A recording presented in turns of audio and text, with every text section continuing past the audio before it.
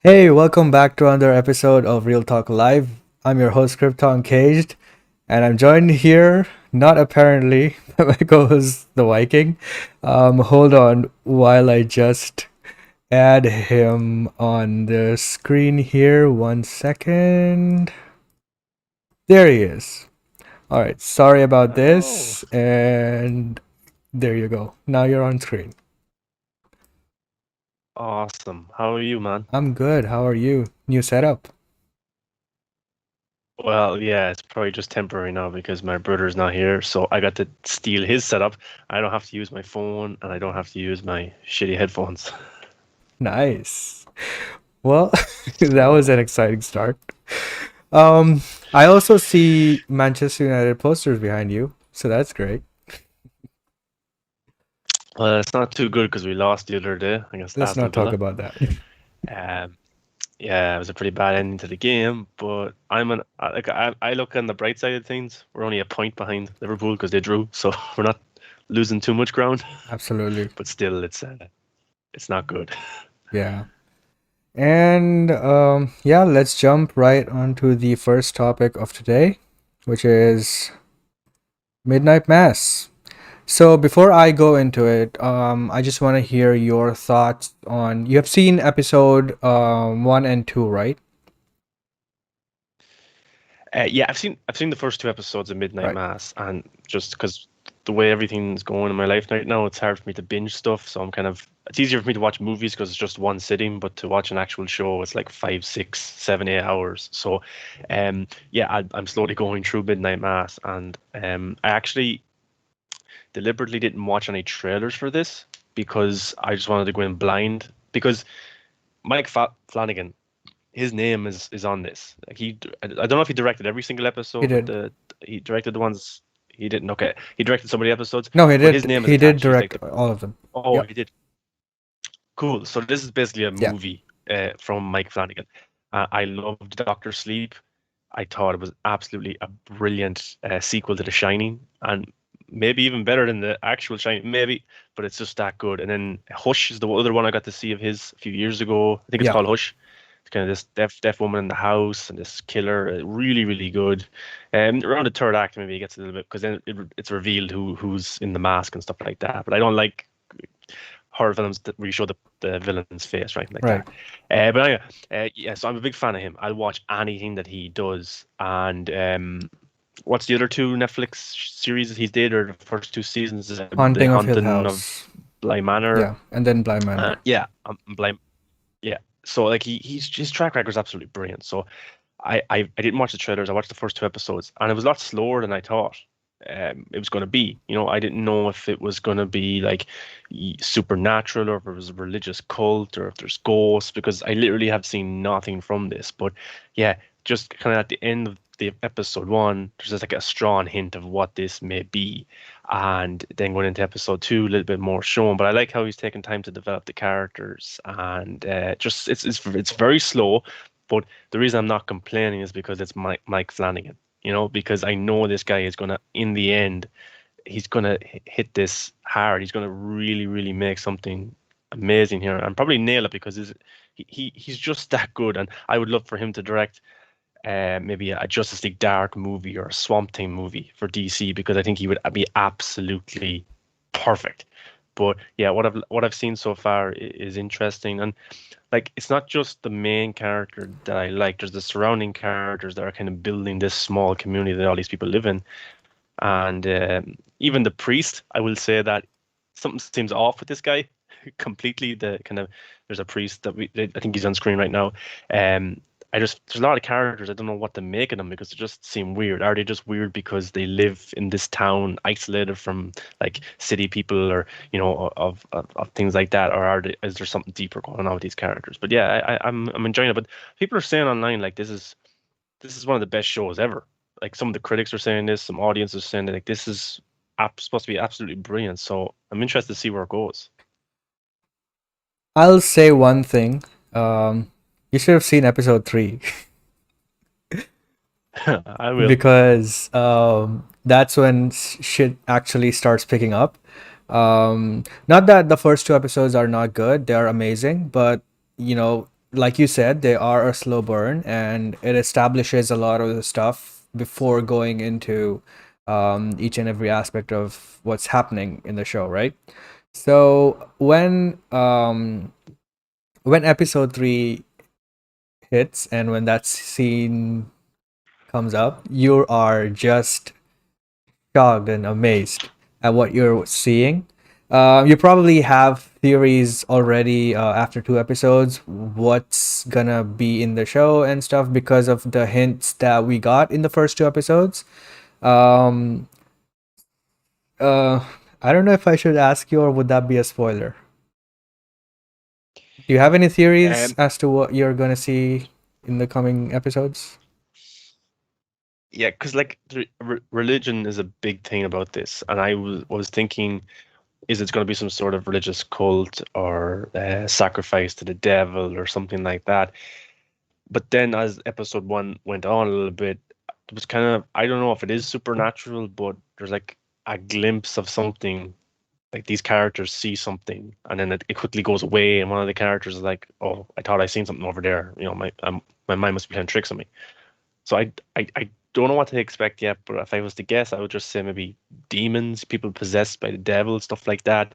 That's just what my guess is right now, but I don't really know. There could be ghosts, there could be a cult, but right now I think it's just maybe demons. There's a demon possessing people, maybe. I don't know. I'm not too sure. Awesome. Yeah, I kind of thought that as well in the beginning, and I won't say that I was right or wrong. I just think that they established it pretty well and they showed how much they wanted to show in the beginning, and I think that they did it brilliantly. And the moments when you see certain stuff in the first 2 episodes, it's obviously very haunting because of the music and the way it's done. I always love when in horror movies you see a certain shot for like 2 or 3 seconds, and then something moves, and then you realize, oh, that was in the shot and I didn't see it, right? So that's always a brilliant way of scaring people, I guess, in horror movies. I love that thing because it's so um, it's scary because it's right in front of you, but you didn't see it before until it moved, and I love that. But anyway, I watched the entire season. I binged it, and obviously, I watched the first two. With the early screenings, with the fan early screenings that they sent out, and I was just amazed by that as well. But I saw those two episodes again and binged the entire season. So yeah, I definitely loved everything about this show. The religious aspects were really amazing, and you kind of kept wondering, um, you keep questioning if they want us to, if they are saying that religion is good, or are they pro or anti religion? That's what I'm, trying to say. You keep thinking what the director is trying to say. And it really is a, um, I don't know. It really is a good mix of both sides. They really show that it's not all good or all bad and stuff. But extreme religion or fanaticism and all that could be harmful, and for people. So not just religion, but any cult or any belief system or any faith system you have, right? So I do like that aspect that he goes really deep into it, and there are so many setups and paybacks. I just love that stuff because I'm a big fan of elements in the shows or movies when people set up stuff and you remember that, and when it pays back you obviously call back to that, and oh, that meant that, right? So I just like that stuff a lot, and he did that a lot in the show. Like every single scene, every single dialogue was very important, even the scenes that you think are like very slow or um filler type stuff, they are actually very important for the entire thing until the end. So I just loved every scene in this, and there are so many characters, and a lot of these characters you may or may not agree with, but you can definitely see where they're coming from. So all the characters are very fully realized, and there are so many subplots going on. um, I think one of the most brilliant things he did was isolating the location of the show in a on an island where there are only like hundreds of people. So with that, it kind of feels like you kind of know everybody around, and it feels like one big family instead of one city or something like that, where you might not know certain people, right? So one of those brilliant things that he incorporated was that one, and I think that also allows for him to explore like different characters and what different characters mean to other characters, and how they interact with each other, how their past was to each other, and that was very much explored going forward in the other episodes. And I think that one of the best things out of this is that it definitely surprises you a lot, and you get everything you are hoping to get from this, and the payoff at the end is also really awesome. um and I won't say what it actually did at the end, obviously. Even I won't even talk about it, but yeah, leading up to it, everything, it was amazing, and the performances from the actors are just brilliant. There's one character, the father character is just amazing. The way he speaks and the way he performs on screen is just very riveting. I think he made the show. And also there's this other character who is kind of the standout character in the show. After people have watched it, they pretty much hate her, and that's the I don't know what to call her, sister character, I don't know. She Priestess. kind of helps she kind of helps the priest and stuff Right. like that. She probably organizes like everything for Right. mass for the priests and stuff like that. So yeah, Yes. she's Oh, she's a great character. A lot of people she's absolutely hate her, and I can see why. But she gets annoying sometimes, yes. But I do love the portrayal of her character. She did a pretty good job at making everybody feel that way. And that just goes to show how good of an actor you are, right?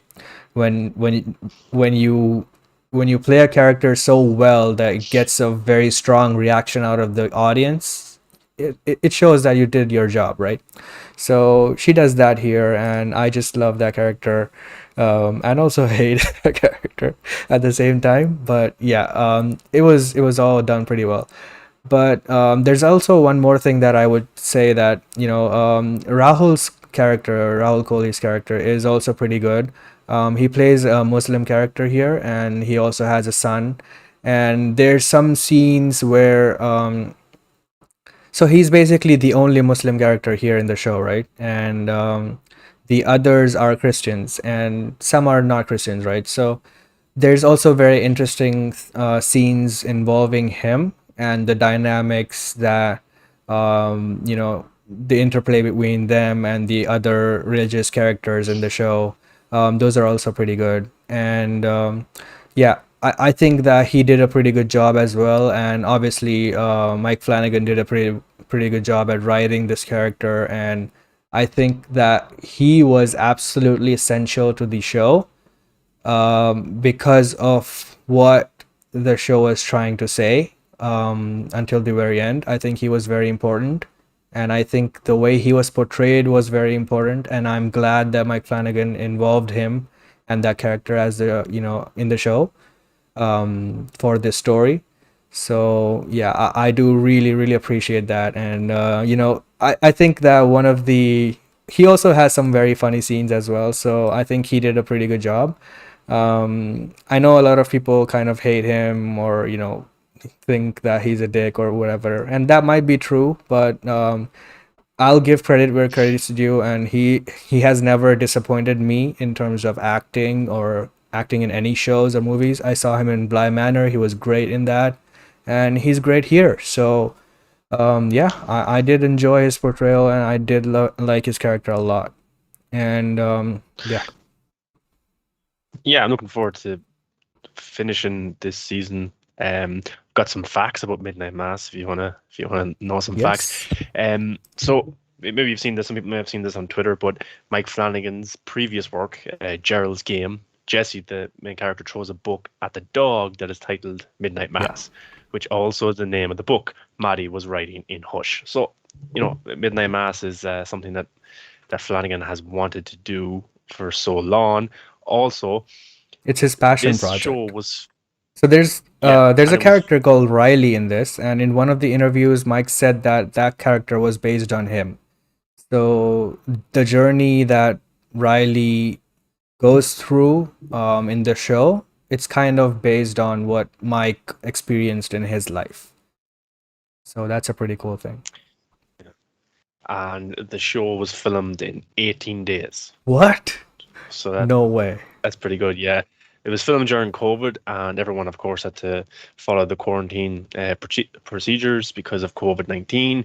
And he thanked everyone for their cooperation and working together to get this done in 18 days. So that's pretty amazing because there's some That great is shots in this. Like I unbelievable. love because You don't even know when what's I'm coming. like if you like if you think of a movie idea or of a TV idea, like you don't think of the things in between, like say the scenery shots, of a car driving through a town and like the camera covers the entire area, stuff like that. There's some cool shots like that in this first two episodes that Yeah, I've seen, and I'm sure there is more in the next five.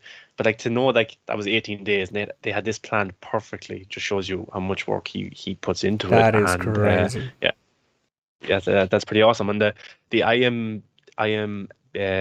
DB score is 7.8, which is it's hard to IMDb anybody can write a score, but Rotten Tomatoes, the critics, 94% of them thought this was a brilliant show. That's nearly 10 out of 10. Yeah, Hmm. that's 94% is brilliant.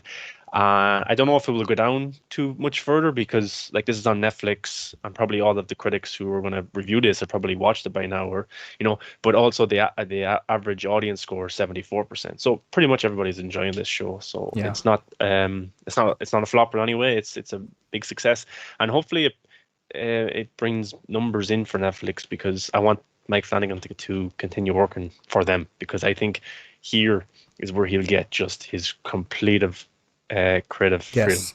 which we all want. Yeah, that's what even he said. I was watching some of the interviews with him, and he said that he's very, grateful for, grateful for Netflix to allow him to create this series, not just a film, because I don't think he would have been able to explore all of this, in a film format, because there's just not enough time to explore everything that he did in this show. Because, like I said, the horror stuff is just one part of the show. The show is very deeply layered with so many amazing characters, and all of them have their full arcs and stories going on. So I just, it was impossible to do in one movie.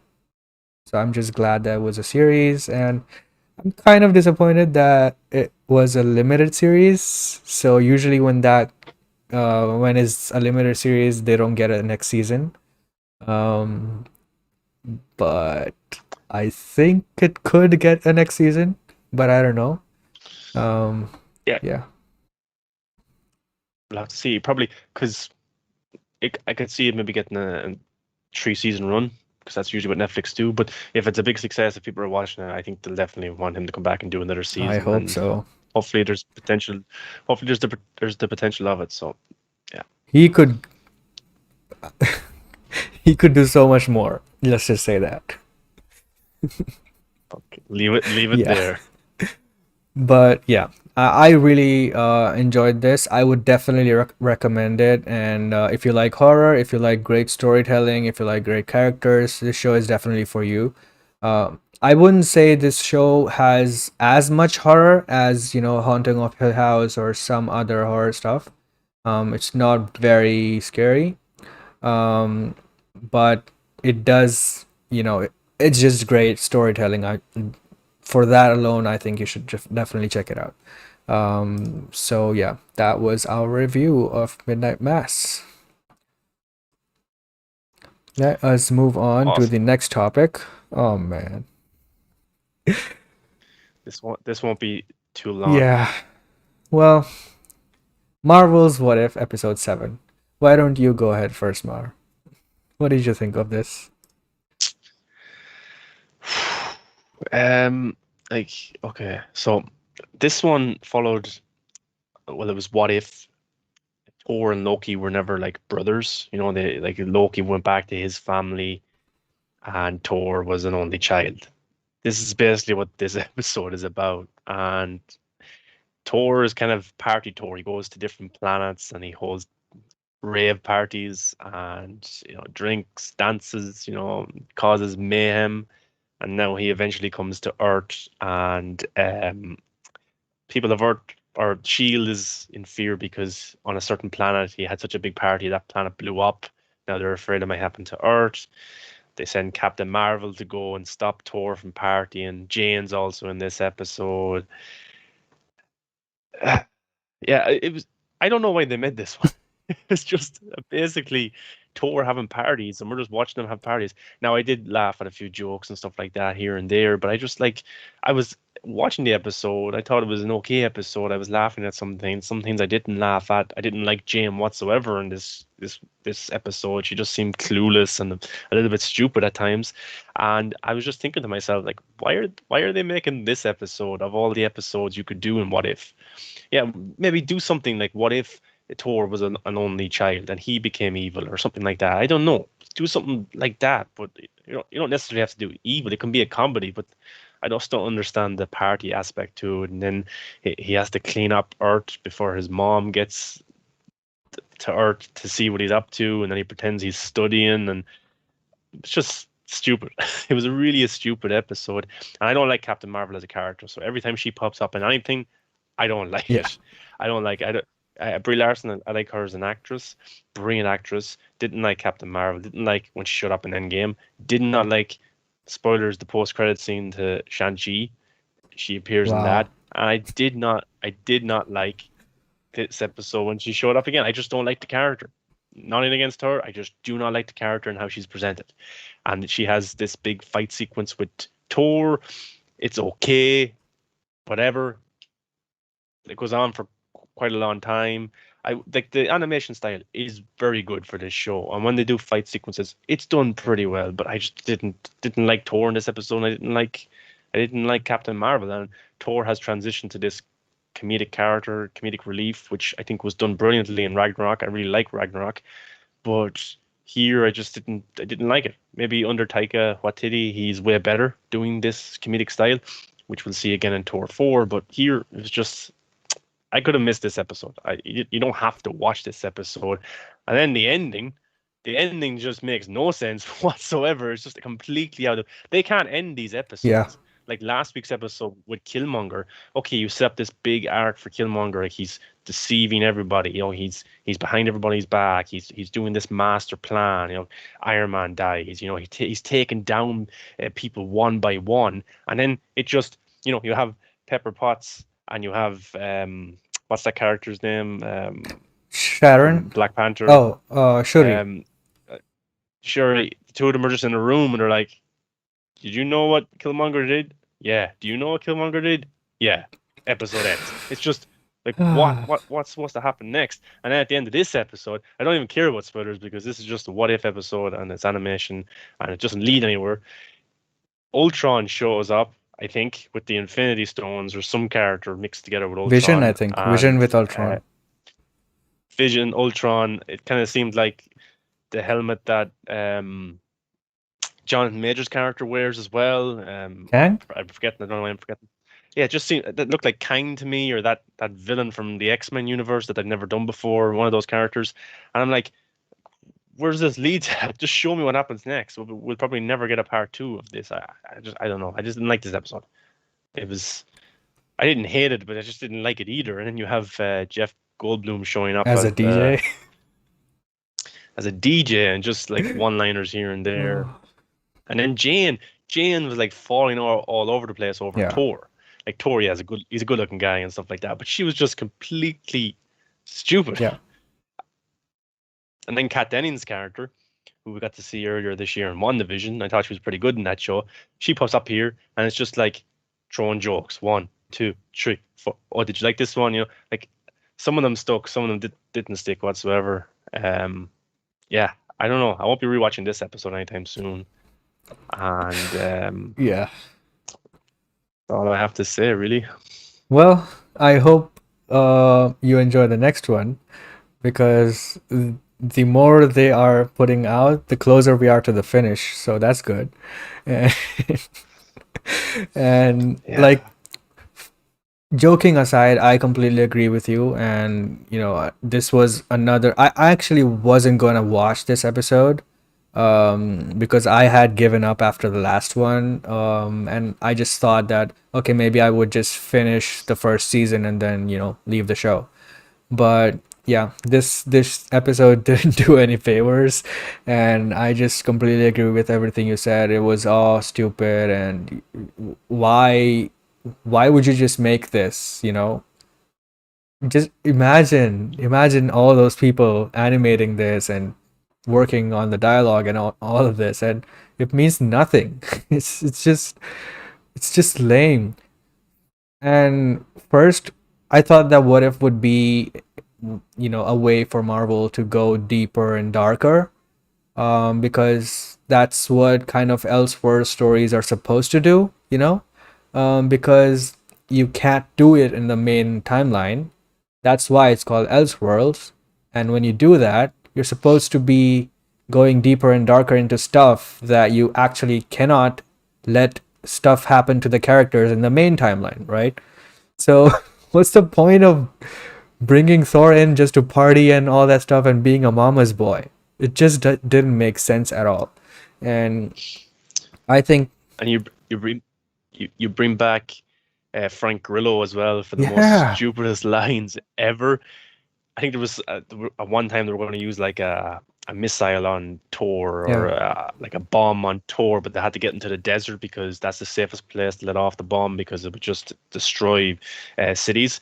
And it gets to a point where they don't have to use the bomb because Tor's mother shows up and is able to stop him or something like that. And Frank Grillo's character, like in the background, is just like disappointed because he didn't get to yeah, press the button to let off the bomb. And I'm like, Frank Grillo is like a badass actor, and he got to play Crossbones for like 10 minutes in Civil War, and you bring him back for yeah, this. Like, what if Crossbones didn't die when he fought Captain America in Civil War? Like, that's what I want to see. Like, what if like Frank Grillo, his character of Brock went up against Captain America or a couple of plans to defeat Captain America. Like that would be a cool episode to see. Give him something cool, but yeah, they didn't. yeah. It's absolutely, you know, I keep saying this is the worst episode of the entire season, and this is the worst episode for like so many episodes now, and I just don't want to even say this for this one, because they are all so bad except the Doctor Strange one, and I thought the second one was good.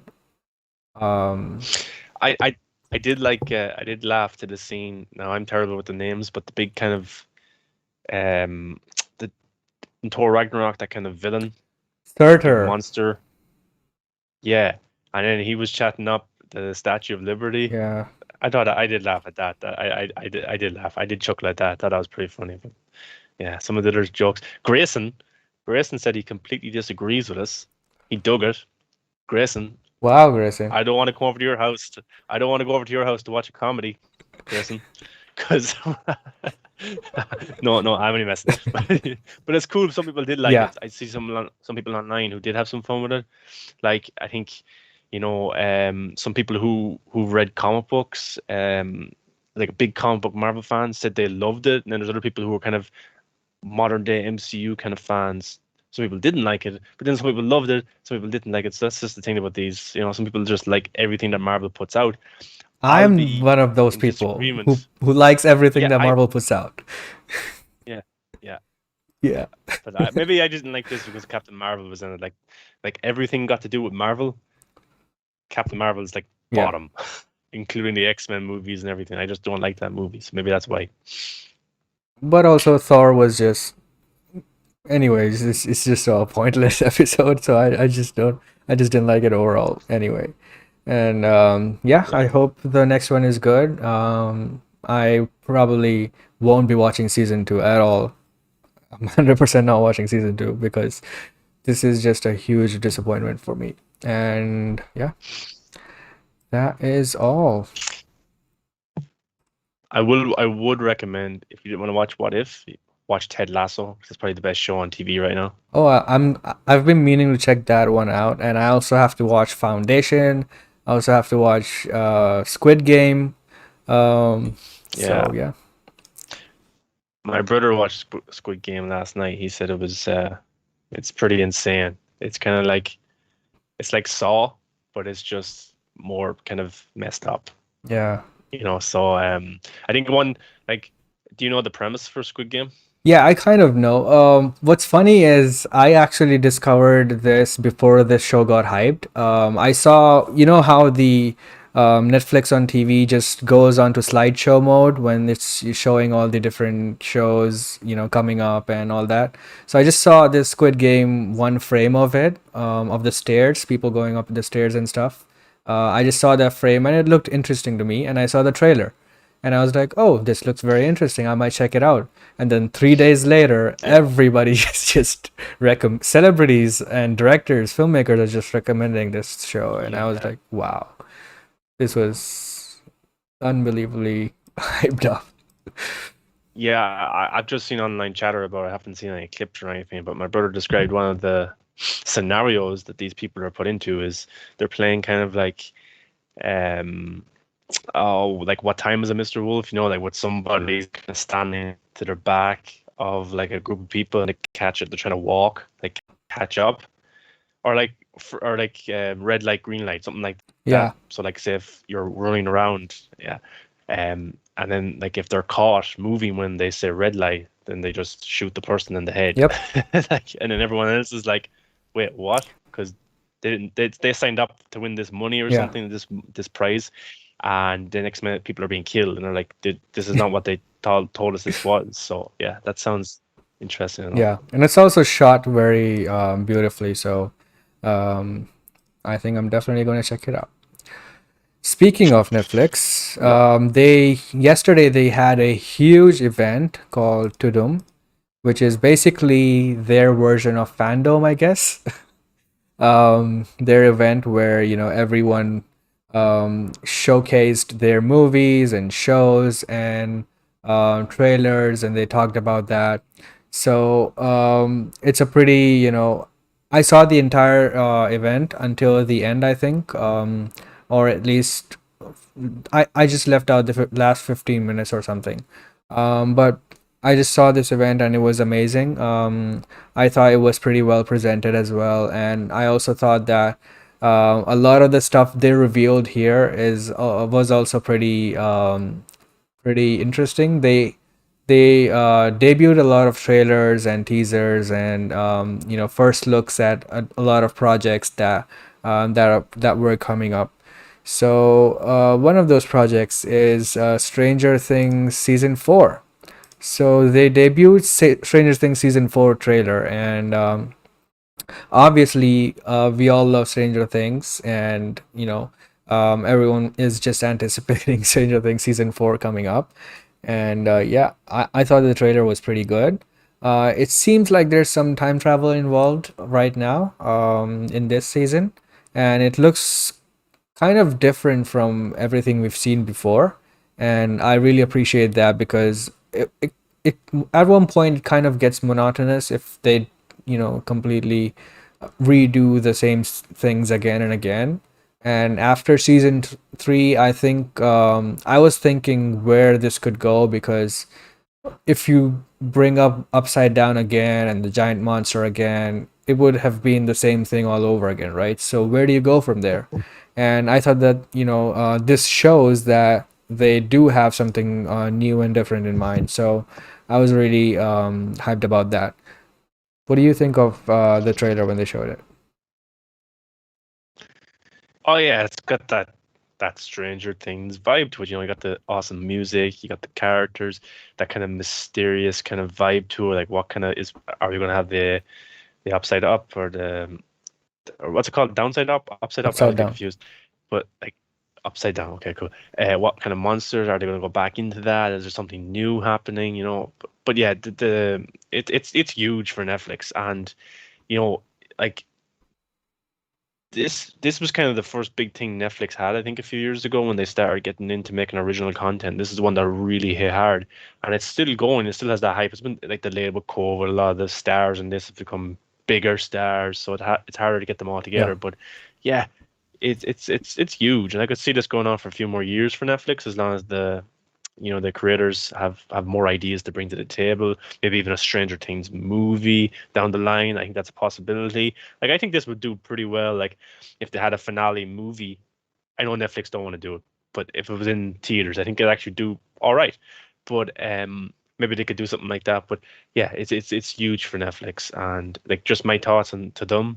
I didn't watch it live. Live, I know it wasn't necessarily live at the time, but I didn't watch it when it first aired. I had to watch it that night, and 3 hours, it flew by. A lot of the shows and stuff I haven't watched yet, like Bridgerton, and some of them other shows, them international shows I haven't seen. Um, but I thought the event was very upbeat. It flowed well. It was cool seeing stars It come was in. very I fast. enjoyed it. Yeah, the 3 hours flew by for me, and like, I thought, oh, is it going to be the first hour of stuff that I'm not too interested Yeah. in, the second hour, and just going to be the third hours, like where The Witcher comes in, Army of Thieves. But actually, they spread out pretty Yeah. well. They had Cobra Kai there, I think, around maybe hour two in the middle. They had Kevin Hart show up, The Rock showed up, that Red Notice clip. I thought it was a pretty good event. I think that DC fandom has, they have some competition with these kind of virtual events like this to showcase what's coming up. But yeah, I thought it was awesome. Yeah. And yeah, Stranger Things is a huge hit for them, and it will continue to be. Heard some people didn't like season three as much, maybe, but yeah, I'll definitely watch it, as I've done with the other seasons. And yeah, you want to be in the discussion. That's why people kind of watch it, because you want to talk about Stranger Yeah. Things to your friends and stuff. So yeah, I think it's one of those shows. Absolutely. And then next up, it's The Witcher. Season 2 has a new trailer, and season 2 is coming up. And they also announced season 3 officially is greenlit. So obviously, people who are going to see this season are going to be happy about, another season coming up. So that's a brilliant way of marketing a show, right? Announcing the next one coming up when one is successful, starring Henry Yeah, it's Cavill. it's it's called it's called business. Yeah. Money talks. But no, yeah, Witcher, no surprise. Like, no surprise. They have those kind of animated series and movies as well coming. I didn't actually watch the newer one that's out, because I'm not big into animation or anime and stuff Yeah, like me that. So it's too. very hard for me to stick with something like you know Invincible. I really liked it, but it was very hard for me, like, to watch the episode when it first dropped. I'll get to it eventually. I prefer the live action kind of stuff, and but yeah, but the main Witcher show, season one, really enjoyed. I'll definitely have to go back and rewatch it before I Me watch too. this I season, because forgot. it's like it's like two Yeah. years. But I do remember how they told the story, like it wasn't in Yeah. order. We didn't know that till like six or seven. I thought I was going insane. Some people didn't know that Yeah. either. That it was told in this way, and that was a choice. But I'm interested in season two. Are they going for something similar, or what's exactly going on? Henry Cavill is perfect for this role. He's brilliant. I can't wait to see some of the monsters. I will say season one maybe didn't have enough of those kind of cool monsters he could fight. Yeah. So hopefully there's more of that stuff in this season. But yeah, announced for season three is no surprise. This could go on for many years for Netflix. Again, they could do a Witcher movie. Wouldn't be surprised, because like, if you just had these Netflix, like, it's on Netflix, so it's going to do well. It's going to be seen. if you did like a 3 hour movie, like there is kind of no difference because people are going to watch it anyway, in a way. So yeah, it's awesome. And yeah, let's see what they can do for this season. And hopefully we won't have that long to wait for season three. Because I think like Henry Cavill is busy, but like he's not busy where like this isn't a priority for him. I think The Witcher is a priority, and the money that Netflix is invested into him, like also he's going to have a bigger role for Enola Holmes too.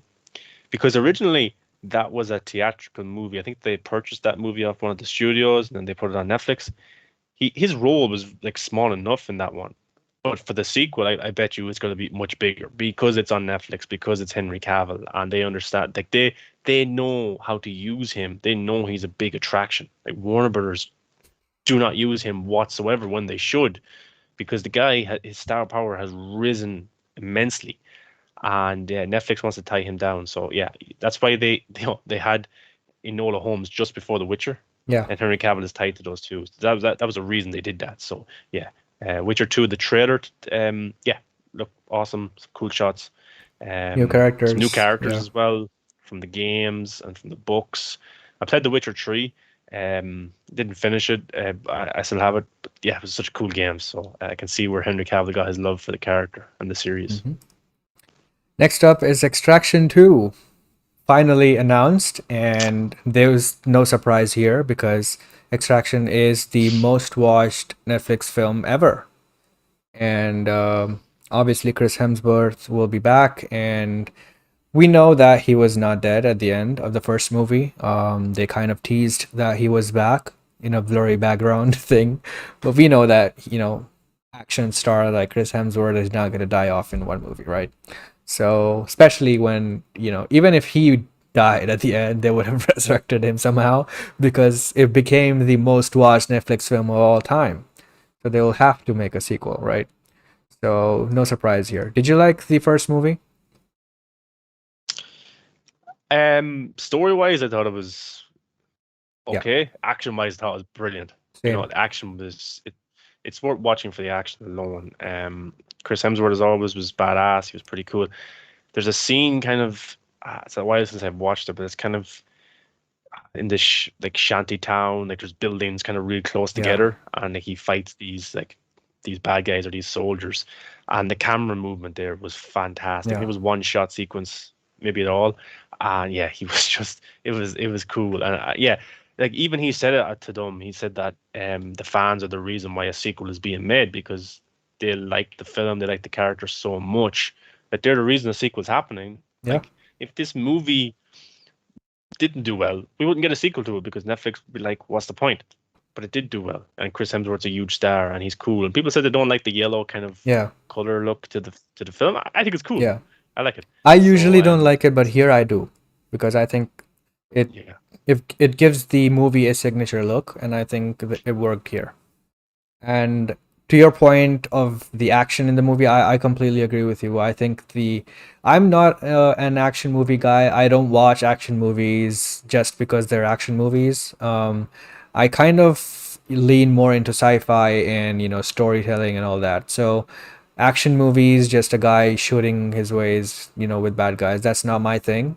But here it's done so differently and so unique in such a unique way.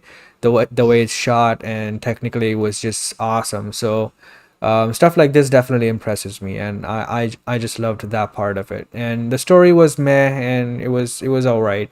It was not bad. So yeah, it's doable. But for the action alone, I think this is very, very much it comes under the unique action film category, like John Wick. Like, yeah, I mean, not saying that the action is like similar, but a John Wick movie has a different style of action, right? So the same is here. yeah, like I don't know what's going on with Netflix because they make amazing shows, but their Yeah, movies are very hit and miss. Like I don't know who's the creative. I'm guessing the creative division head is different for the movies and shows because they're so yeah, different. I just don't understand it. Maybe they need to merge them together. The same people are over both sectors, or maybe they need to get somebody new for the movies. But the movies just seem like off at times. Like Sweet Girl with Jason Momoa, huge missed opportunity. By right, that probably should have been on the level of Extraction.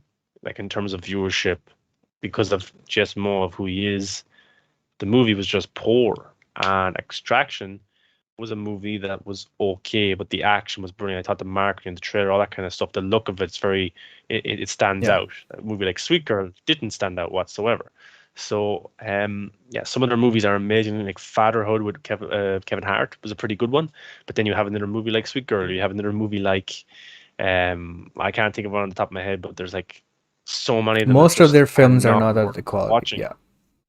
Yeah, but the show was Midnight Yeah. Mass. You've got clickbait. You've got um these shows are really interesting. The production value are brilliant, but then the movies are a little bit different. But yeah, Extraction 2, I'll watch it. The Russo brothers are back as producers for it, so like they have huge names. Yeah. Like if you say the directors of the Avenger movies, like that's going to bring people to that. Chris Hemsworth's in it as well. Yeah. So yeah, it's smart. It's smart by The Netflix. director of this movie is actually the stunt coordinator who turned into a director for this movie.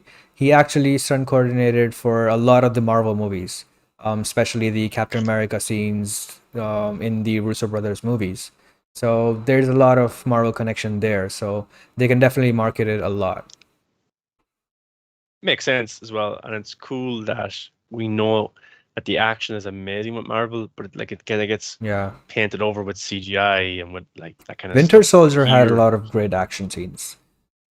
oh, it Yeah. did, yeah, but like here, it's not Yes. superheroes, so there's not going to be massive like CGI Yeah. suits, so the action really stands out, and yeah, I would definitely have Extraction, the John Wick productions, Atomic I Blonde, still have to those see kind of Atomic Blonde. productions.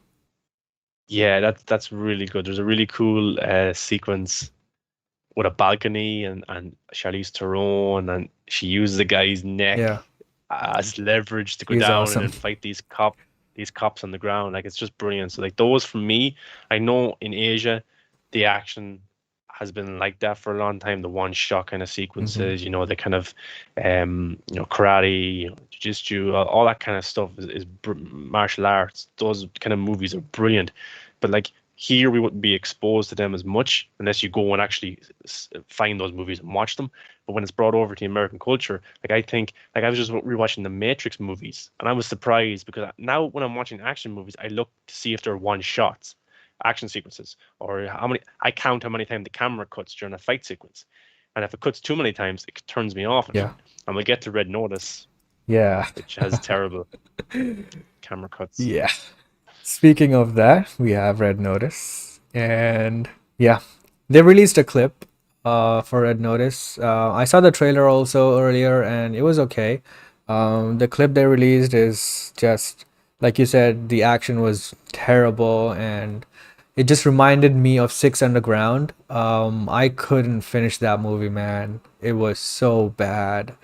Like, I just the action was so bad in that. Like every millisecond it was cutting and I just couldn't take it and I just couldn't watch it. This movie reminds me of that. And The Rock is obviously hyping it up like it's the best movie, is the biggest Netflix movie they've ever done. All of that. That probably has to do with just having The Rock, Ryan Reynolds, and Gal Gadot, three of the highest paid actors in Hollywood. So that could, be one of the reasons why, but I don't think that would be enough for people to enjoy the movie on its own. I think the movie also has to be good in order for people to enjoy it. I probably will watch it based on how well it's doing, but if a lot of people say it's bad, then I'm probably going to skip it because I'm already not interested in what I'm seeing. So I have no reason to watch it. But yeah, it's probably a big event movie because of these three. So let's hope. Oh yeah, it's definitely going to be watched, and I did like the comedy in it, and just like the chemistry between the three that was pretty good. But just the camera cut too many times for me, man. And maybe 10 years ago, before John Wick came around, I wouldn't have noticed it as much. Maybe I would have done when I watched movies like Atomic Blonde and Extraction, but yeah, just too many camera cuts. I just don't like it, because it takes me out of the action. And then that's a stunt double. I want to know that these guys are getting hurt. These guys are fighting. I want to see them. I know it can't happen for all movies, but yeah, the camera just even if it cut 3 or 4 times during it, that's okay. But it cut like 10 times. Even when Ryan Reynolds was on the ground, and it cuts back to his face, and it cuts to him on the ground, and it Yeah. cuts to him getting kicked, and just Yeah. stop. So I hope that was just one scene just like that, because the actors are so close together and they can't kind of fake it as much, because it is the three like highest paid actors in the world, three of the highest paid.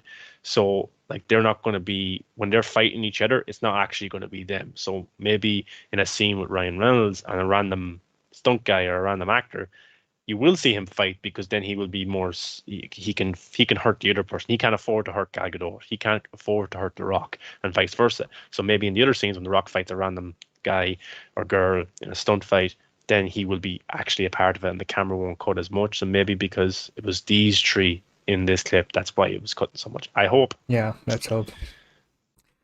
But yeah, speaking of that, we have another project which is Army of Thieves. And the first official trailer for Army of Thieves dropped, and I thought it was pretty good. I thought the teaser was more, more hyped up for me because of the music choice, and it was shorter than this. And this trailer had a lot of that same kind of vibe that you get when people are trying to sell people onto your movie.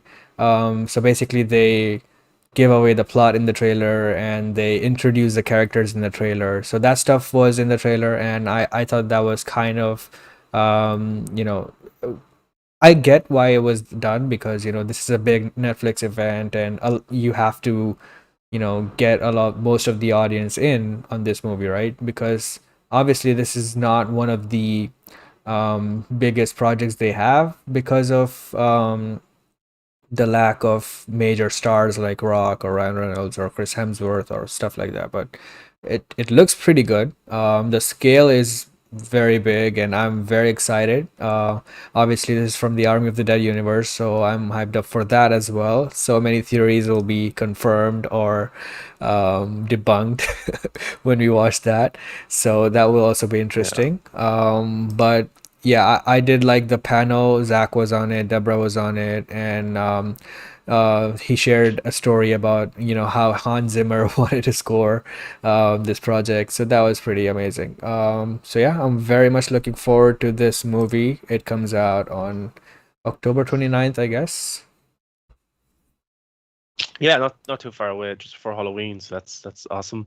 Yeah, the trailer was fine. Like, of course, I'm going to watch this film because it's a prequel to Army of the Dead. It's produced by Zack Snyder. So, but like the trailers haven't been like 10 out of 10. Oh my God, I have to watch this right now. But they've been fine. I've got no problem with the movie whatsoever. I'm looking forward to seeing more, learning more about Dieter and these new characters being introduced. What's going on with the safes?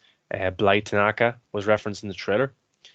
So, like, look, go back and watch our previous breakdown videos of Army of the Dead. We We did a think lot there's of more them. going Yeah, on.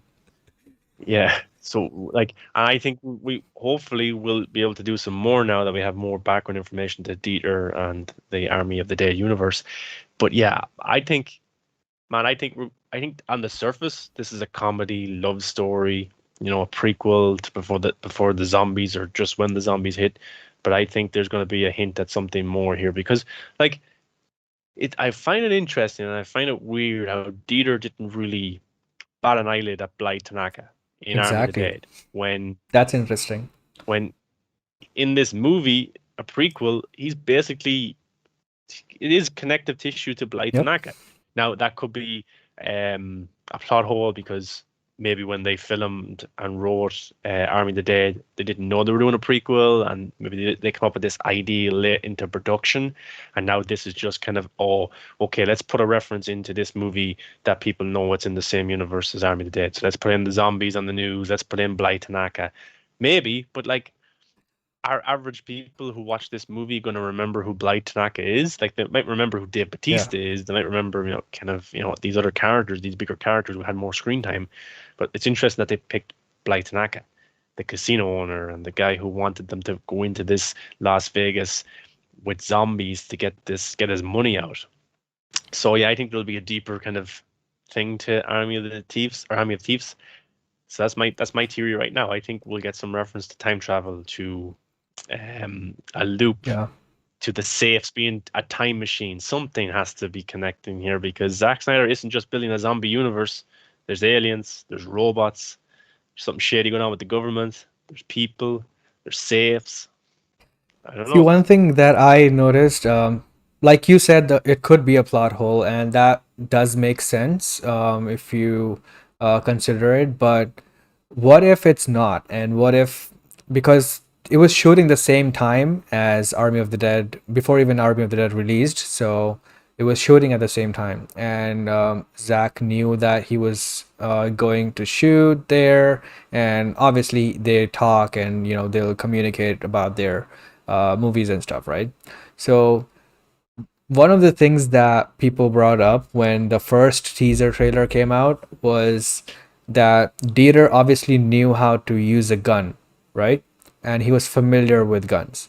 And in Army of the Dead, when he came in, he acted like it was new to him, and he didn't know how to use a gun and what a gun is and all that stuff. With um, I forgot his name, but um, the new Zeus. Richard No, no, Citron. no. The new Zeus at the end of the movie. Oh, Vandero. Vandero, right. So when Dieter was talking to Vandero, the very first scene where Vandero, shows him the gun and stuff, he was acting like he didn't know what it was and he didn't know how to use it before. And it's interesting that he already did here. And there's another thing now where he knows who Bly Tanaka is, but he acted like he didn't know him when he first met him. So there's stuff like that which is very interesting. Maybe it's deliberate, maybe it's a plot hole, who knows? But I think we should definitely keep that in mind, and there could be something there for sure. Yeah, that's what I think, man, and I'm looking forward to it. And I think the actor Matthias, whatever trying to pronounce his second name, who plays Dieter, he said it's kind of like a love Yeah, story. So that's gonna be interesting. But we got no references to that maybe in the first or Army of the yeah, Dead. So I'm interested to see if that was just a plot hole because of the way that production happened, or if it's something deeper, yeah, something bigger. And we will get a shot at the zombies. That was on the yeah, news, like just as the outbreak hits. And that's why they're doing this now because the world is vulnerable and they have a chance to maybe manipulate the system because of the world collapsing. So yeah, yeah, bring it on. Should be fun. And I'd love to see prequels for other characters like Van der Rohe, maybe Dave Bautista's character. Those would be cool.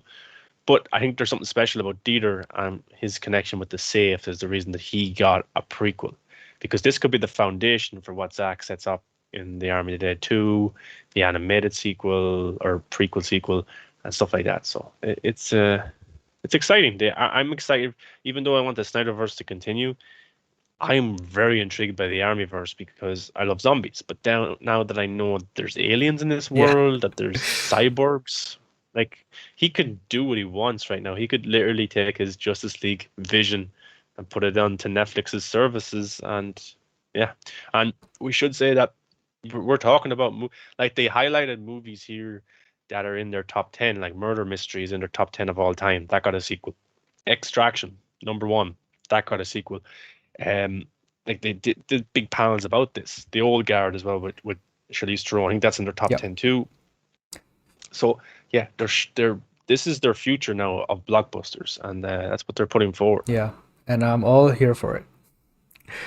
And yeah, Yeah, so speaking of murder mystery, they also got a sequel announcement, and this one is kind of a surprise to me because when I saw this movie, I actually really liked it, and I wasn't expecting to like it, but I really did. And I thought they were both really good with each other. I thought the chemistry was awesome. And they didn't have any teaser or trailer to show here, but they did have an interesting way to announce it. They kind of did it over Zoom call and stuff. So yeah, I think one of the selling points of this movie or this franchise now is that they work together in a really awesome way that makes it very entertaining, right? So yeah, I'm glad that it got a sequel announcement now after all this time, because I kind of, I kind of didn't think it would, because at that time there was no news about it, and it did perform well, and it's I think it's also one of the top 10 performing movies of all time for Netflix. But it Yeah, had yeah. no news of a sequel or in talks for a sequel or anything like that. So it's kind of a surprise for me, but a very happy one. I really liked the first one, so I'm very much looking forward to this. It actually did get announced, KC, a few years Oh, ago for a sequel. really? Just yeah, just as it came out in 2019. I think it was like that month or a few months after. It wasn't too long after they announced kind of a sequel was in the works for Murder Mystery, and then there was Interesting. nothing for ages. For ages, there was absolutely nothing, and then numbers came out for Netflix's new top 10 before kind of Army of the Dead was added to it, and like Murder Mystery was number 7 or 8 on it, and like in the article that was published, it also kind of dropped that Murder Mystery will get a sequel, but like there was no kind of official thing kind of Right. out there, but like it was kind of it was in question for a time because you know what, Jennifer Aniston, I think she's on that Apple show, Morning show? uh, the morning show. Yeah, that's pretty big right now. They're filming that right now. Probably why this was over Zoom. I think Adam Sandler is doing this really interesting movie. I want to get the premise for it because it's I want to describe it to you because it's insane. But I think he's shooting that, and he's also doing a movie with LeBron James or with LeBron James production companies. That's probably why they weren't actually in person at the Dome. But yeah, they are announcing a sequel to this, and the first one, no spoilers, but it did end where you could do a sequel. It Yes. basically said, "Yeah, we'll do a sequel. I We'll do a sequel." loved the ending Uh, because it tied yeah, it was back to cool. something we are familiar with. The Yeah, train? it's yeah, it's like murder mystery. Like it's kind of a mixture of Knives Out, Yeah. of Clue, of um, Orient Orient Orient Express, Express. yeah. You know, those kind of That movies train all was put together. called Orient Express at the Yeah, end. So yeah, I just yeah. loved It's that. just it's brilliant. So, like Adam Sandler, like, but people don't like Adam Sandler. Fine, I love him. He's a huge star, one of the biggest stars of all time. His movies make bank. Average audiences love his movie. They're gonna watch it. Jennifer Aniston, they love her as well. Put the two of them in the movie, it's gonna be big. But like when this movie was announced, murder mystery. Okay, cool. I was expecting like somebody dies. You have like Kevin James, Rob Snyder, David Spade, Chris Rock, like all of his buddies kind of in this movie popping up for cameos and stuff. But actually, in terms of Sandler's comedy, it was very Yeah. grounded. Like it didn't have that kind of cheesy element of like a Happy Gilmore, Billy Madison, or his recent kind of Netflix movies, of those kind of stupid jokes, stupid characters. This was actually pretty grounded. The jokes were grounded. The characters were grounded. And of course, there's some unrealistic things, but like not too unrealistic. There wasn't like people falling from buildings or anything like that. It was grounded enough. I thought the comedy was very well done. It was well delivered. The cast, the surrounding cast, was none of his kind of old buddies. It was just of actors. Luke Evans was in it. He was very good. And then a lot of unknown characters. I think a lot of those characters were international kind of actors, so maybe that's a reason to it as well. Because then Netflix is international, so there's characters from all regions of the world. So then, like, if you're in a certain country, oh, I know that actor. Oh, he's in an Adam Sandler film. I'll watch this. There's something for everybody. So that's probably why that happened. Yeah. But yeah, it was very grounded. And Jennifer Aniston and Adam Sandler play off well with each other. Just Go With It was a movie that came out in 2009. That was a big enough success in terms of box office as well for comedy. So yeah, there's. I'm not surprised that this was announced for a sequel. He is a Netflix guy. He's one of the main guys. They signed to a long-term deal. I think it was for 6 movies back in 2000 or 2014. The 6 movie Yeah. deal expired. They signed him to another 6 movie deal because his movies were being watched on Netflix that were bringing engagement. He has a comedy special as well. You should watch it. It's pretty good. Stand up, and he's seen songs and stuff like that. So yeah, he is a Netflix guy, and anything that he wants to make for Netflix, he can make it. And there's no surprise that this is happening. Yeah. I'm pretty excited for this one. Um, And can I wanted to I want yeah, he's doing a movie called Spaceman of Bohemia, okay. where he's an astronaut, orphaned as a boy, and raised in the Czech countryside by his grandparents.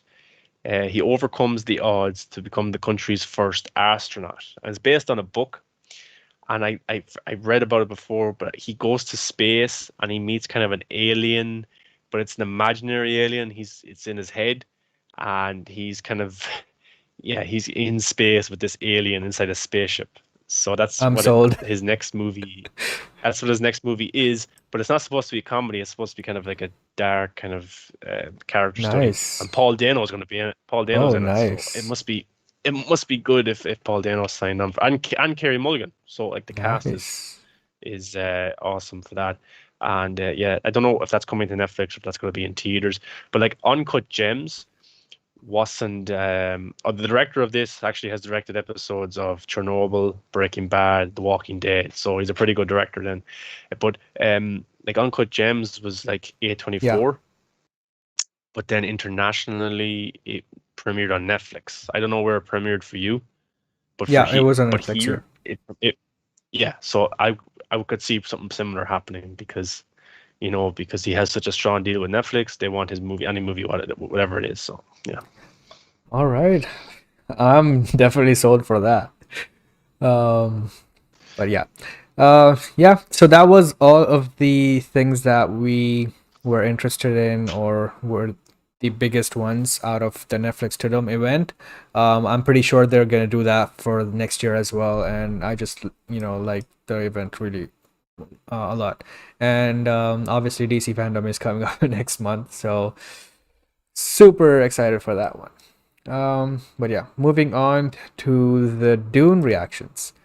Well, apparently this movie is already released in some countries and is currently being released in some countries, and it's not being released in my country until like 15 more days, and some countries it's releasing in December. So I'm not sure what's going on with this movie's release schedule, but Yeah. it's very, very weird. But yeah, it's already released in some countries, and people have given their initial thoughts, reviews, and reactions. So, Mar, do you remember or do you have it up? Do you have some of the best reactions or worst reactions that you have seen so far? I don't. I was not prepared. I don't have them up.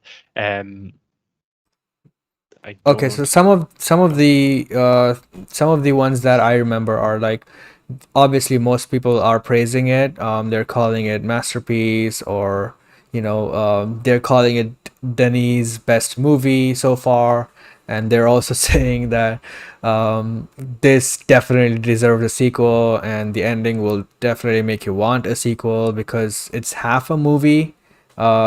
So I don't know why they didn't call it Dune Part One, but yeah, they're saying that it's half a movie and it will definitely make you want to watch the sequel because the book is pretty big apparently, and not all of it can be fit into one movie. Although this movie is long, and they still needed to they still needed more time obviously to incorporate every storyline and everything that happens. Um, so there was this idea of them doing this back to back, but right as of right now, there's no sequel announced.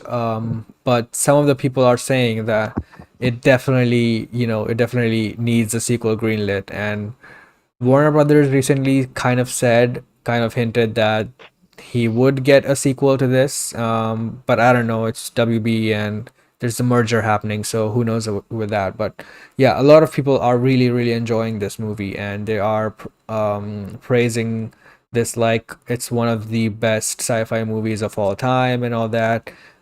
I personally haven't seen anyone disliking Dune very much. I've seen some people being very not as enthusiastic about it.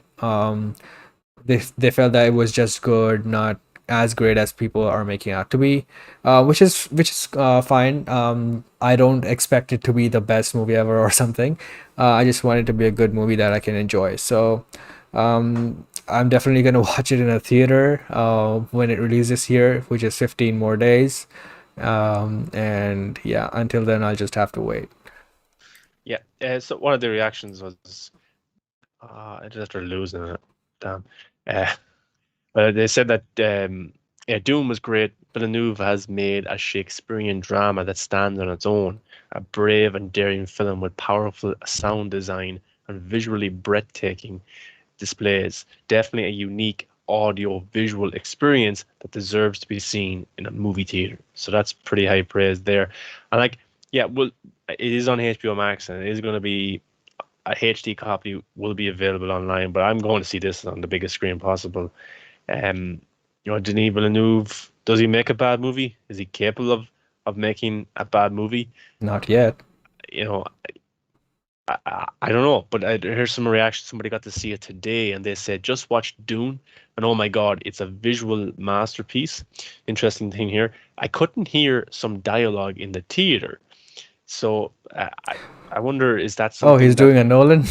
yeah, I wonder if that maybe that was just that theater, maybe they had bad speakers and stuff like that, but that was interesting. Um, and it's made 75 million already internationally without opening in the US, without opening in China, without opening in the UK, without opening in India, without opening here. So like 75 million, that's pretty good, and it's going to be on HBO Max as well. Maybe they're trying to you know, they're trying to sweeten Denis Villeneuve with a big theatrical release before it hits HBO Max because they definitely pissed him off. And they're losing Nolan now, who's gone to Universal. Zack Snyder's at Netflix. They do not want to lose him, even though it's weird how they don't want to lose Denis Villeneuve when you could arguably say he's the best maybe filmmaker of the three, but he's the worst at bringing in box office of the three. So that's not a swipe at him. That's just a box office kind Facts. of fact. Yeah. And I love all of his movies, but yeah, I don't know. They get rid of the guys who can make money, and keep the guy who technically can't. But I think this movie will be different because it has a younger generational feel to it in terms of Zendaya. I think is a big help. Timothy Chalamet is a big help as well because they've got huge younger fan bases, and I think Jason that Momoa. I think Jason Momoa, you got Dave Bautista, so I think that will definitely help the film because Ryan Gosling isn't a big box office kind of star. Harrison Ford doesn't break in people as much as he used to. Sicario is a very kind of smaller movie, and Josh Brolin but is also in it. Arrival, yeah, So Josh you have Brolin's in as Thanos, well. you have Yeah, Mary Jane, and you have Aquaman. yeah, it's yeah. So I think this one will do just fine at the box office. So, but then again, US audiences might not like it. Doesn't mean Chinese audiences are going to like it or people from India. Hmm. Right now it's at 75 million, but does kind of have legs. That's the most important One thing. good thing about it being the release schedule being like this, one good thing about it is the conversation about Dune will go on for longer than usual. Yeah, Maybe it wouldn't just be for 1 or 2 weeks. It will just carry on for like 2 or 3 months now, which is good. I think maybe that will help the movie. Maybe it won't. Who knows? But yeah, for me personally, I'm excited to see it. I know nothing about it, and I'm going in blindly. And well, I've seen the first trailer, but that's all I know, and I'm just gonna watch it in yeah. the theater. I have a review from an average viewer who got to see it today from on Facebook in a Dune kind of forum. So this person said, just back from the cinema, and I can confirm Dune is effing awesome. I took three 12-year-olds and I warned the boys that it might be slow compared to films like Star Wars and the Avengers, but it was very action packed. After the first 5 minutes, I was starting to wonder if it would drag on or be nothing more than a visual upgrade on the David Lynch version, but it's a lot pacier. The set pieces are incredible and the sound design is amazing. I've read the book more than once and seen the Lynch version at least 20 times, so I know the story backwards. Dune isn't a complicated story. It has a lot of stuff going on, spice, guilds, space witches, all the kind of things from the books. And the film follows the linear path of the book, but trims away a lot of stuff, so it flows pretty well. And he doesn't want to spoil some stuff, but he says it was amazing, and he can't wait to watch it again. And he thinks it's just wow. So, yeah, that's from an average viewer who's read the books and stuff like that, and they like it. But it will be interesting to see if other average audiences who've never read the books or have never seen the older movie can like this one. Yeah. All right, so moving on to Venom, Let There Be Carnage. Well, this is one movie. Look, the first Venom was incredibly successful, and to everyone's surprise, people were so against this movie. They said that it doesn't have Spider-Man. How you can make a Venom movie without Spider-Man? Just like they said with Joker. How can you make a Batman movie without how can you make a Joker movie without Batman? And that hit a 1 billion record. So it's just good movie is a good movie.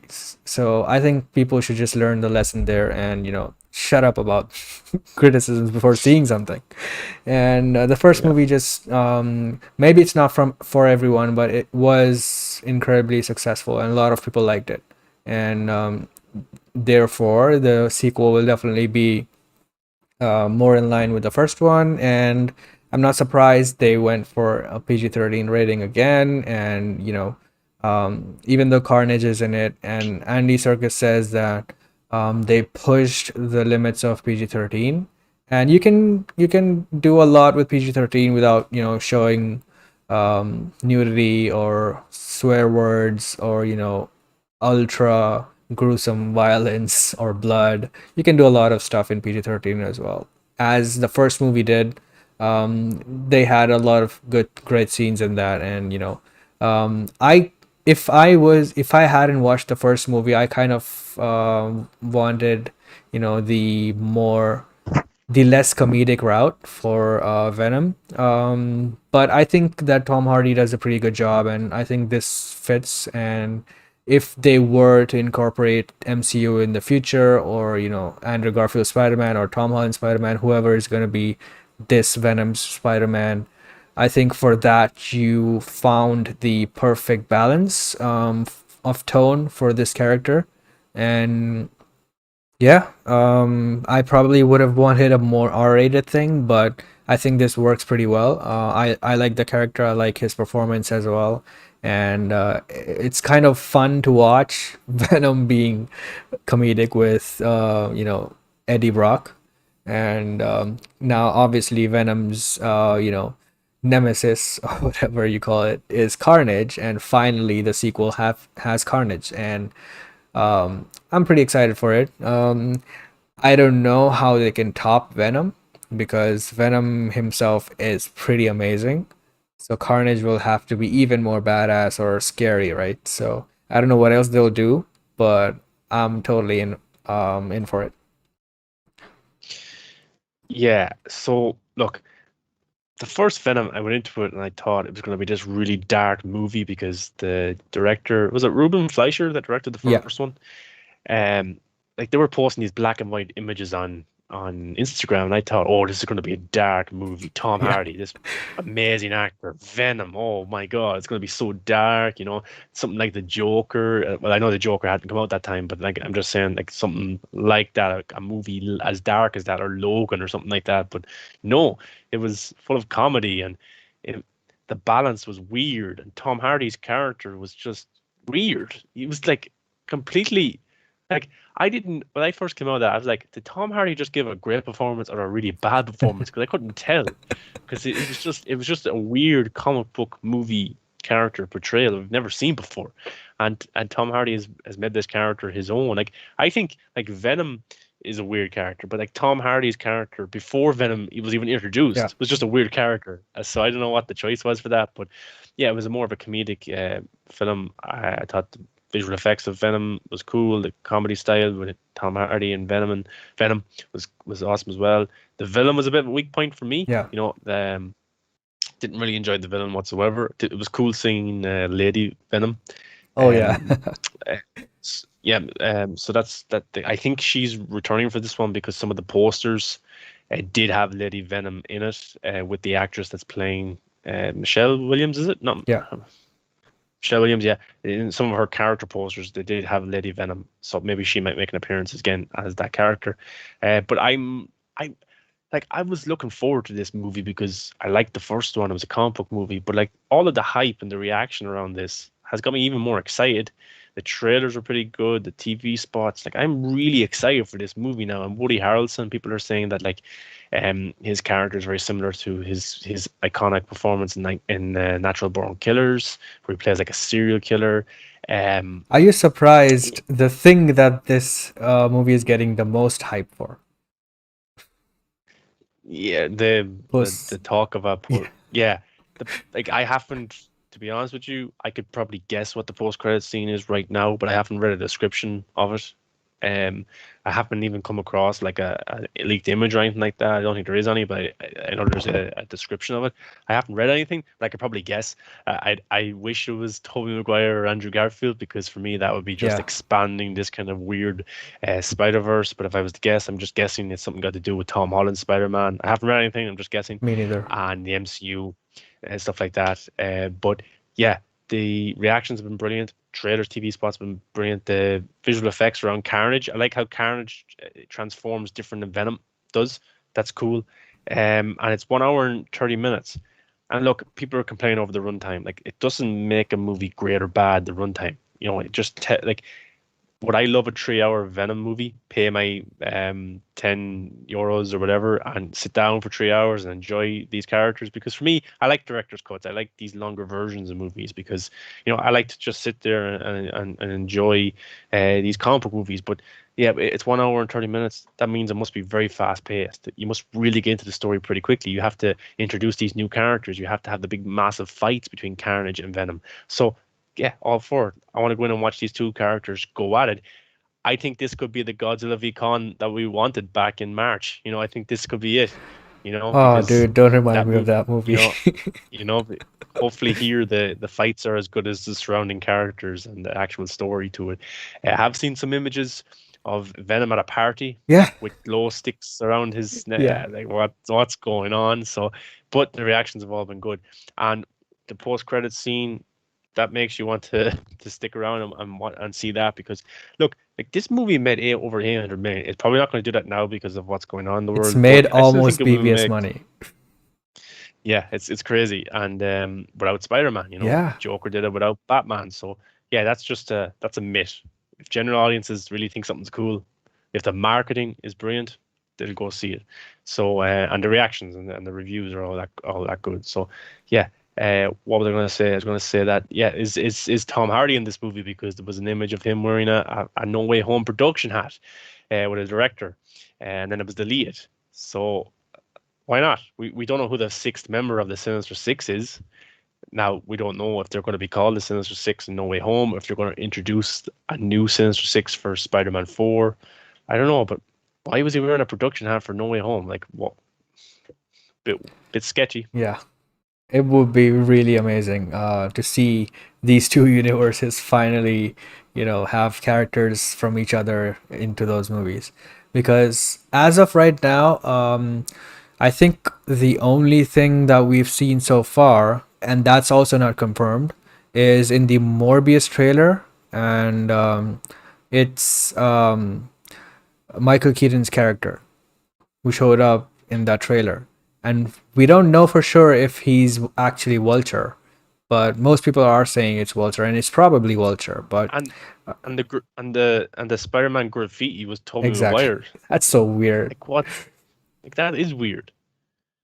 Like, and then the Daily Bugle in Venom is Andrews. is the one from yeah, is the one from Andrew Garfield. And then there's like what's going on there? It's very weird. And I actually, there's been rumors that I've seen some stuff online. I don't know if it's true that Jonah Jameson is in Venom, a Oh, reference really? towards him or something like that, of J.K. Simmons' portrayal. So like, I don't know, man. It's well, the Oh reason I said that, yeah, because we he's also listed. have J. Jonah Jameson in Far From Home from Yeah. Toby's universe. So that's also one Yeah. more cameo. So it's it's exciting, man. And they're all like, we have Venom coming in October. Then we have Spider-Man Not Too Far Away. Like, it's December. So I hope it's in um, December. Well, yeah, yeah. Hopefully, the next trailer is supposed to drop in Next month. November. Oh, So it's going to be interesting to see if they reveal Toby and Andrew or what's going on. But I don't think it ends in No Way Home. I think it carries over into Doctor yeah, Strange, and I think it carries over into Spider-Man 4. I don't think this just ends after Doctor Strange. I think it's setting up a new universe for Spider-Man, and like literally, there's one photo that was released of Doctor Strange 2, and it was like the worst photo ever of just Sam Raimi and some of the producers. It was in black and white, maybe a Polaroid picture, and we've literally known nothing about that. I know there was some reshoots that went on. Um, they could be adding cameos or whatever, but nothing has come out of that production. So who knows? yeah. Pretty excited, man. And yeah, let's move on to the final topic of today, which is the Flash movie. And okay, so out of the DCEU, this is probably my most anticipated movie now. Even more than the Batman, even more than Black Adam, more than Aquaman 2, definitely more than Shazam 2. Um, so it's pretty awesome the stuff that came out of this movie so far. Well, not officially, but from leaks and all that stuff. So obviously there was Batman Day a few days ago, and Andy Muschietti skipped that, even though he had the most Batman in one movie ever. He had two Batman in one movie, Yeah, and he didn't skipped bother. Batman Day. Fake fan. So yeah, the next day, although he posted this image that you're seeing right now on the screen, and this looks to me like a Michael Keaton Batman suit painted with red and spray painted with a yellow flash symbol. So, firstly, um, obviously, when it came out, everyone speculated that it was Red Death and all that. I didn't know who the character was, and I didn't think that that character would be in the movie because, it already has a lot of characters, and I don't think that they would just add a random character at the end of production.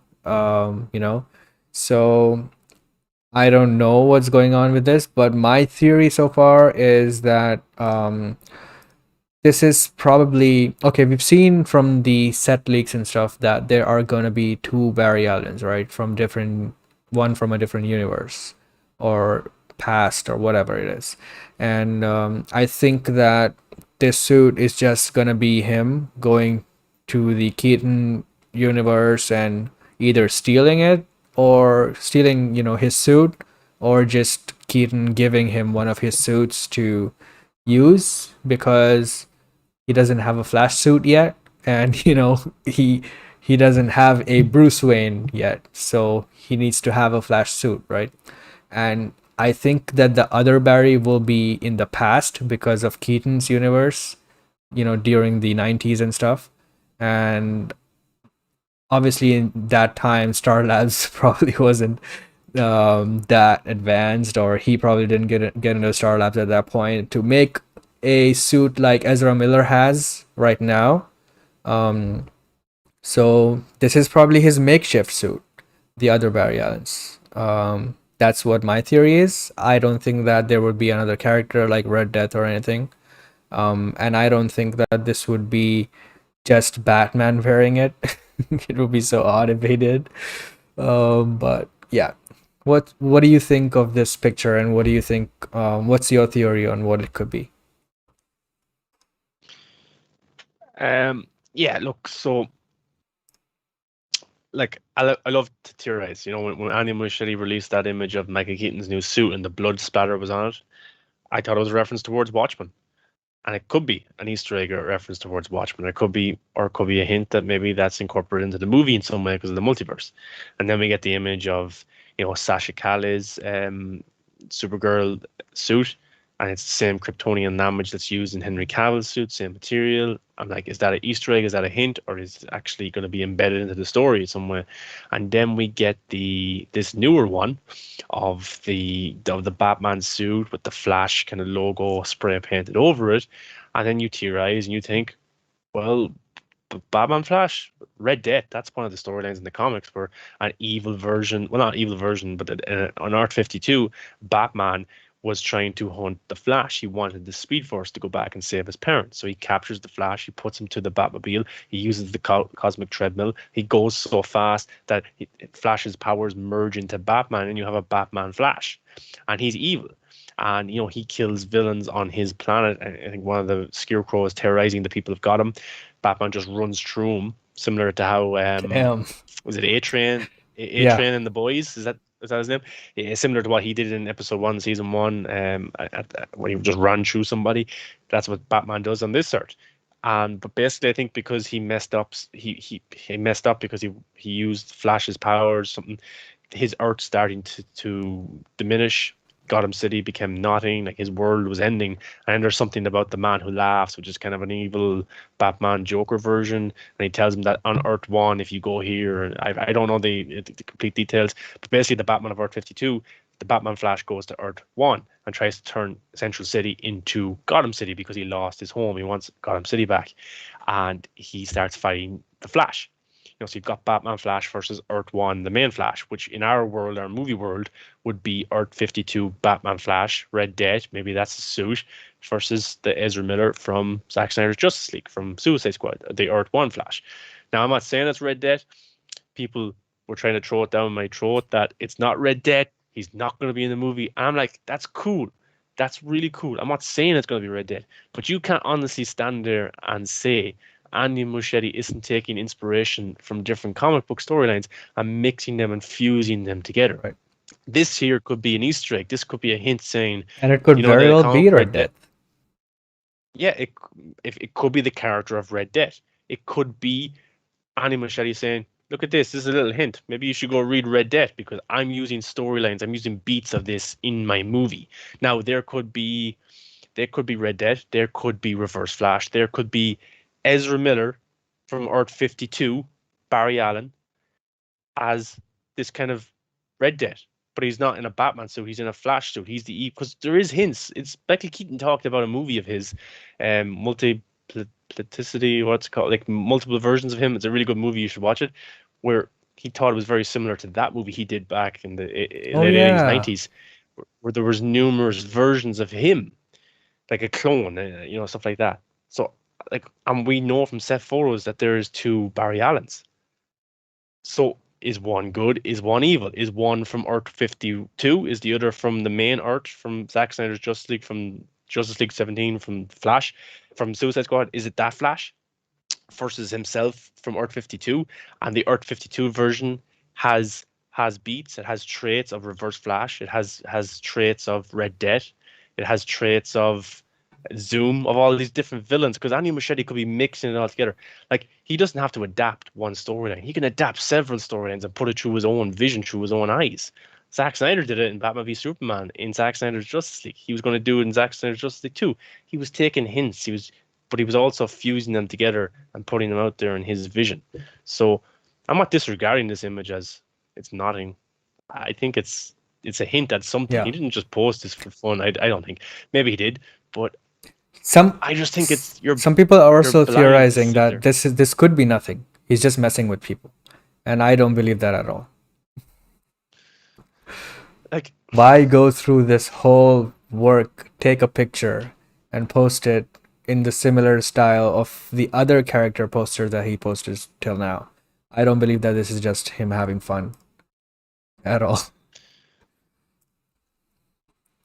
like it's a very blinded mentality to think that Andy Muschietti can't take storylines from different comics, from different creators, and goes, oh, I like that That thing there, always I like that thing happens. there, I like that thing there, and mix them all together in one movie. That's every single comic book movie ever. Marvel All the also. Marvel Yeah. movies do it. They do it so much. They take different things, they switch it up, they add new elements to it, they switch up the storyline. There's nothing wrong with that. That's what's cool. Like we actually got the shot of Bane from the comics where he breaks Batman's back in the Dark Knight Exactly. Rises, but it wasn't an adaptation of that comic book. It was in Christopher Nolan's eyes. It was in this greater story to his. The Joker was similar as well. Like it's, and I bet you can dissect the Flash movie and you could say, oh, that's from comic such and such. That's from comic And I such and bet some such. will be That's from where you Flashpoint. exactly. So yeah, dude, I'm very, very excited for this. I, I cannot wait to see this because of everything that's in it. Um, I'm hearing that a lot of different Justice League members could also be in it. This was also, written in one of the articles about this movie. They mentioned that other Justice League members could be in it, and other people are also saying that. And I think it is, very exciting to be this, a DC fan because look, from we know what happened with this movie. We know what happened with Cyborg and Ray Fisher, and despite that, there's another thing that was bringing down some of the DCU properties. It was that they were so hell bent on not having this as a shared universe, and they always just made solo movies that didn't connect with the larger universe or other characters and stuff. They had, vague references or different actors or that kind of bullshit, which just was very frustrating to me. And now it seems like they are getting back to the shared cinematic universe experience and getting back some of the actors. We've seen Batgirl. The show has, brought back J.K. Simmons. It could potentially bring back, Ben Affleck's Batman for a cameo or something. They recently hired, Loki's composer, and she's going to, be the composer for that movie, and I'm really excited for that. But yeah, stuff like that, and a lot of stuff from Black Adam and other movies. It looks like they kind of are um making it a DCEU back again, which it wasn't in these past 3 years. And now it feels like it is, because they are bringing back the other actors. They are promoting BVS, Man of Steel, Justice League. They are having those actors come back in cameo roles in these movies. Just yesterday, Gal Gadot posted an image that probably Sasha Kaye sent her, and she had a Flash and Supergirl hat, and the other one was on a standee of Wonder Woman, and Gal Gadot posted that, and she said "Super Friends." So he probably is in the movie, and having that, and she's already on a poster on a bus in the movie. So just having that is the bare minimum you can do to make it feel like a connected universe. And I'm very happy that they have learned their lesson and bringing that back, because like Mar, you said, Birds of Prey, a lot of the issues with that movie, one of the biggest one was not having Jared Leto, in the movie, because obviously you are having the storyline of Harley breaking up with Joker and then going and doing her own thing, and you didn't have Joker in it. But you have a scene with Joker in it, but you didn't have Jared Leto in it. That was so It weird. it adds to the story if you have the actual actor in it. Mm-hmm. Like Marvel are pretty good at doing it. They bring the actor in, but then like for me, Black Widow would have been a lot better if they had showed a lot of the references that they had. Like they talked about Hawkeye. It would have been cool to see Hawkeye like pop up, but like it just adds so much more when the actual actor shows up for Yeah, like, you know, um, like if Jared Leto was in Birds of Prey, it guaranteed it makes a lot more yeah, money. It doesn't mean you're making it about Jared Leto's Joker, not at all. You're building this universe, you're building Harley Quinn up, but she needs to come face to face with the person that exactly. Jared Leto's Joker. That would have been a powerful That scene. isn't that was the anchor of the entire plot of that movie. Harley breaking up, and the person she's breaking up is not in the room. Yeah, But even apart from yeah, that, before these past 3 years, the DCU was pretty much connected. Like Wonder Woman was pretty connected. There was a Bruce Wayne ending there with the letter, and Ben Affleck voiced it and all that stuff. The Suicide Squad, the old one, the 2016 one, that was brilliantly done. I think because there was a Superman reference, there was Batfleck, the entire sequence of Batman there with Joker and Harley, and there's also the Deadshot versus Batman scene that was also brilliantly done. There's also Bruce Wayne scene at the end with Amanda Waller that was also brilliantly done, and I thought the Flash sequence was also amazingly done because he has connection with Boomerang. Didn't have to do that. None of that is absolutely essential to the story, but it was just because it was a cinematic universe. And Suicide Squad made how much? Over $700 million. That's because at that time the DCU felt like an actual DC cinematic universe. So, you know, going back to that, I think is the only way. Um, like you pointed out, Mar, when Zack Snyder Justice League came out, a lot of DC fans mentioned that they had given up on the DCU, but this movie actually brought the hype back to them because they actually felt like it is a cinematic universe again, right? So I think that is one of the biggest. I don't think that everything should be in a cinematic universe. Like you can go and make one-off movies like Joker and Venom and stuff like that, but you also need to have a shared cinematic universe, and I think they are getting back to that, and I love that. So this movie is definitely gonna be the movie that shows that, and I cannot wait. Yeah, and Aquaman 2 was shooting in the same kind of location as the Flash movie, so Yes, maybe Jason Momoa jumped over, and like they have finished like main production, but like if they wanted to add cameos, it doesn't take much. You can just get like Ben Affleck. I don't know if he shot. People are saying he shot his scenes and stuff, but like they could still add people to this movie. there's more than one And year make like left still. yeah, like look at what Zach did for Snyder Cut. He brought in Jared Leto, Deathstroke, Amber Heard. He brought all these people back and shot a quick scene for them at the end of the movie. Like it doesn't take, and none of them were in the same room That together. was just 1 week. So yeah, so like I'm not saying it's going to happen, but Ray Fisher could end up being back in this movie. Let's say who's a good example? If you wanted to just say Keanu Reeves Constantine, just say for example, like they could just shoot a quick scene and he could pop up back in it. They could have Grant Gustin, which he probably will be in it because Ezra was in CW, but like they can do this stuff on the side. Doesn't take that much, so Yeah, I expect a lot of surprises. And look, if market the movie as Flash, Batman, people are going to go see it. Everything extra is a surprise and is a bonus. exactly. This is a Flash movie, and we're still getting all of this, so it's just a plus for me. I cannot complain at all. So yeah, very much looking forward to that. So yeah, with that, all our topics are done, and we can finally say our show today is ended. And yeah, so what actually happened is, Mar, you want to say that you about your new school? Oh yeah, well, it's hard to I try to balance time, but yeah, I'm doing like a film course, so like time is of the essence and busy and stuff like that. But I'm gonna try and do the show every week. I'm not, at the end of or in Wolf of Wall Street, where Leonardo DiCaprio gets the microphone, he's announcing that he's leaving. I'm not fucking leaving. I'm not leaving. So I'll still be here. And we've got interesting like DC fandom coming up, which will break down all that good stuff that's going to be coming. Matrix 4 theory videos, more of them coming.